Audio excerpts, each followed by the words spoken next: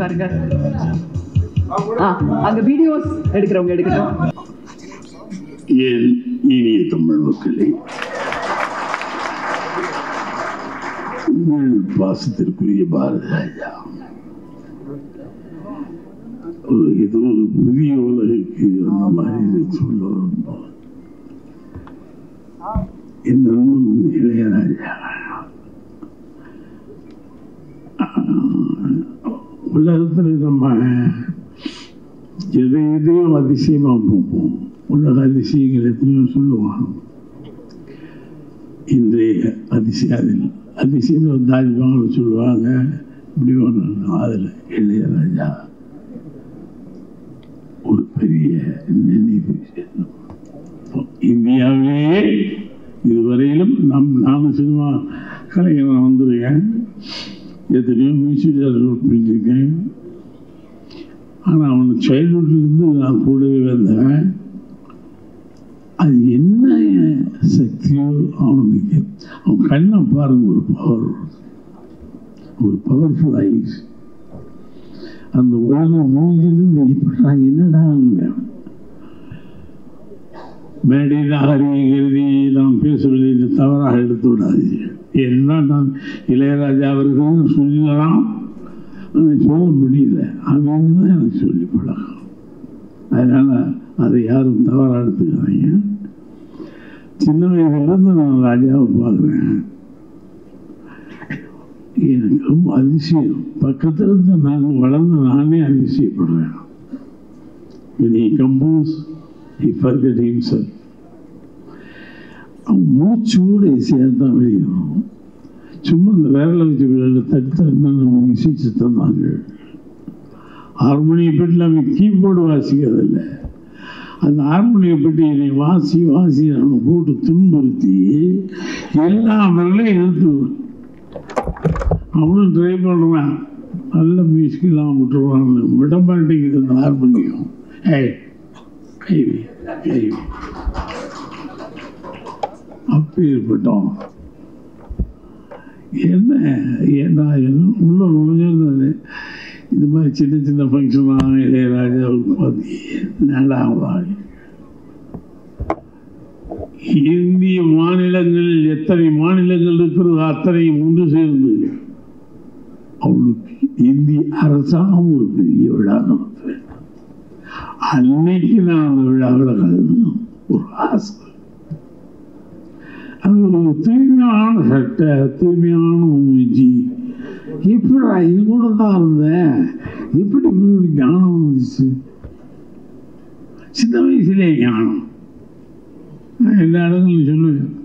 அந்த காலத்து இன்னைக்கு என்ன, அந்த காலத்திலேயே ஒரு கம்பியை போடுவான், இதில் கட்டுவான், இந்த கம்பியை இங்கே போய் கட்டுவான், ஒரு பூட்டு எடுத்துக்குவான்.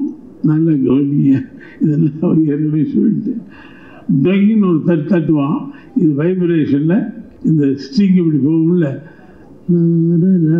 வாசலாம் பூட்டை வச்சுக்கிட்டு ஒரு அதிசய பிறவி மடினாருக்கு சொல்லலாம். உண்மையிலேயே ஒரு அதிசய பிறவி. காலங்களால் எத்தனை நூற்றாண்டுகள் ஆனாலும் இந்திய மாநிலமும் தமிழ் மாநிலமும் இளையராஜாவை மறக்க முடியாது. நானே அசந்துவேன். கோவிலில் ஒரு பெற்ற தாய் அப்படின்னு பிள்ளையா அவங்களுக்கே அதிசயப்பட வச்சிடும். அதுபோல் ஒரு நண்பனாகவும் எனக்கு தெரியல, உன்னை பற்றி பேசுறது கூட எனக்கு வருது இருக்கான்னு தெரியல. தி கிரேட் இளையராஜா. இது ரொம்ப கஷ்டம் இந்த படம் பண்ணுறது. ரொம்ப ஆராய்ச்சி பண்ணி பண்ணணும். அவங்களோடு இருந்து வளர்ந்து ஒவ்வொன்றையும் கவனித்து செய்யணும். பெரிய பொக்கிஷமாக ஆக வேண்டும். ஒரு சினிமா மாதிரி வரக்கூடாது. இந்தியாவில் மிகப்பெரிய பொக்கிஷம் இளையராஜா. அதுதான் தனுசு. எனக்கு ஆச்சரியம், எப்படி கடவுள் போய் இப்படி சேர்த்துக்கிறாரு. நான் ரொம்ப அதிசயப்படுறதுவேன். தனுசு ஐயோ எப்படி நடிகனாக எடுக்கிறதா, இயக்குனராக எடுக்கிறதா, எழுத்தாளனாக எடுக்கிறதா, எந்த இதுக்கும் கட்டுப்படாமே இருந்தது. எல்லாமுமாய் நான் கூட வேலை செஞ்சேன், மறந்து போயிட்டேன். அது மனிதாபிமானத்திலே சரியா கடவுள் ஒன்று சேர்த்திருக்காரு பாருங்க இளையராஜாவின் தரிசனம். ஏன்னா எதுவும் நடக்க இருக்கிறது, இது மிகப்பெரிய விஷயமாக இது நடக்க இருக்கிறது. அதனால 2 பேரையும் கடவுள் கூட உட்கார வச்சுட்டார். நம்ம பேசக்கூடாது, இளையராஜாவை பற்றி பொழுது நீங்கள் ஏன்னா தெரிஞ்சது தனியாக கதைச்சுக்கிட்டே இருக்கணும். தெய்வம் அவங்க நிரூபித்து காட்டுவாங்க.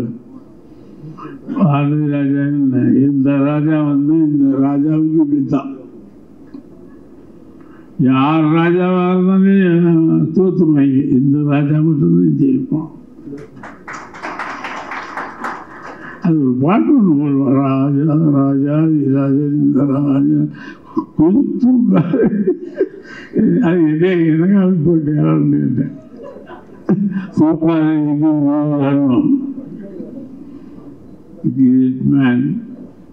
வெற்றிமாறலாம் ரொம்ப அசத்தான் நினைக்கிறது. தனுசு வெற்றிமாறலாம் இந்த நாட்டுடைய ஒரு பெரிய கலை உலகத்துடைய அசத்து. இளையராஜாவில் உட்காந்துருக்காங்கன்னா எனக்கு இளையராஜாவில் போய் உட்காந்து பேசுறதுக்கே இல்லைங்க ரொம்ப அற்புதமாக இருக்குது கேட்பான். ரொம்ப அற்புதமாக இருக்கு, நம்ம சொல்லி பார்ப்போம். என்ன அற்புதம், இல்லை பாட்டு சூப்பர், அந்த ஓட்டுமையான தெரியும் மியூசிக் இதுதான் நான் பாராட்டுவேன். ஒரு மியூசிக் தெரியாதுன்னா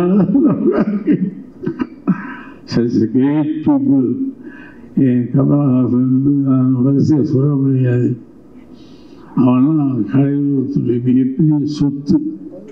தண்ணி விடுங்க போவேன்.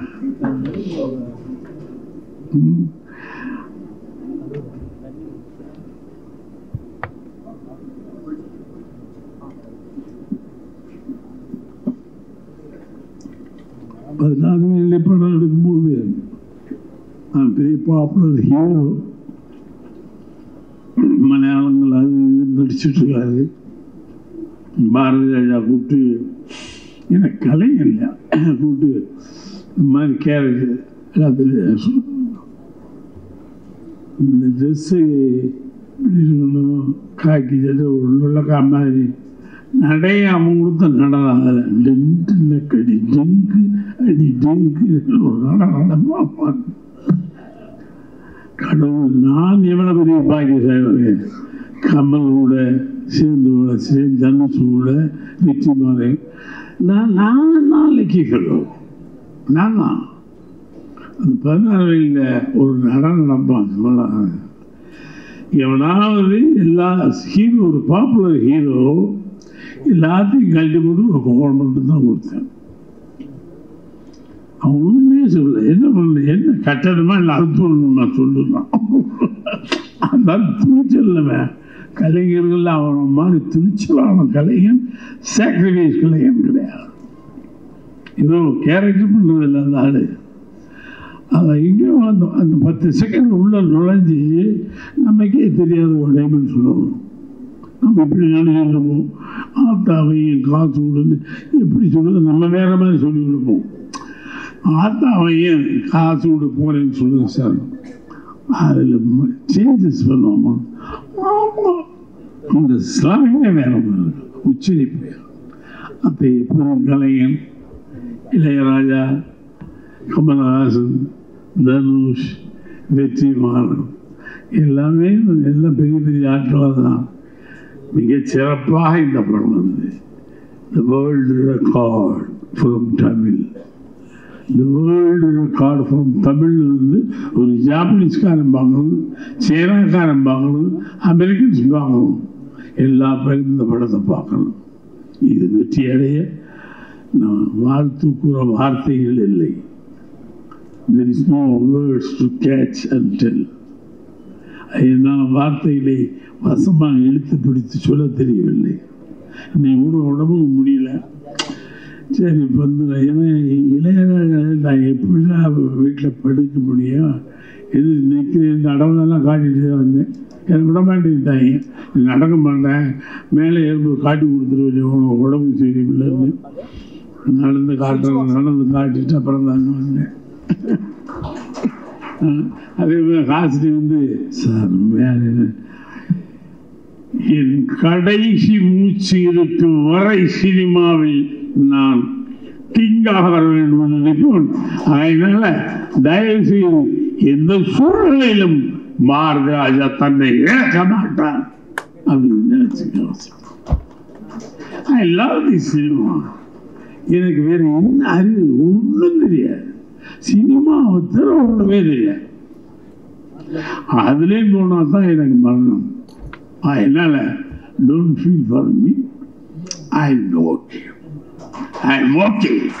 Now I am announcing, okay, I will do more films till the last film.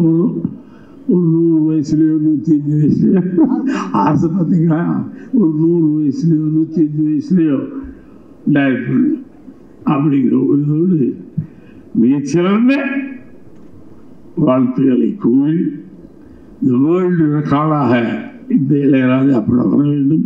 அவன் அருள் மாதிரி ஒரு டைப்பான ஆள் டைரக்டருக்கான. ஐயோ அவன் குலகாரன். ஆமாம், நீங்கள் அவன் படம் பாருங்க, குலகாரம் தெரியும். அற்புதமான டைரக்டர். நான் எப்படி அவனுக்கு இதெல்லாம் அவர் நாங்கள் வந்து இத்தனை படம் பண்ணிட்டோம், டைரக்டருக்கு வந்துட்டோம். ஆனால் ஷாக் வித் அருள் மாதிரி கிரேட். உன்னுடைய கூட்டணி அற்புதமாக இருக்கிறது. மிகப்பெரிய உலக ரெக்கார்டு, வேர்ல்டு ரெக்கார்டாக இது திகழ வாழ்த்தி விடைபெறுகிறேன். நன்றி. சார், ஒரே ஒரு ரிக்வெஸ்ட் சார்.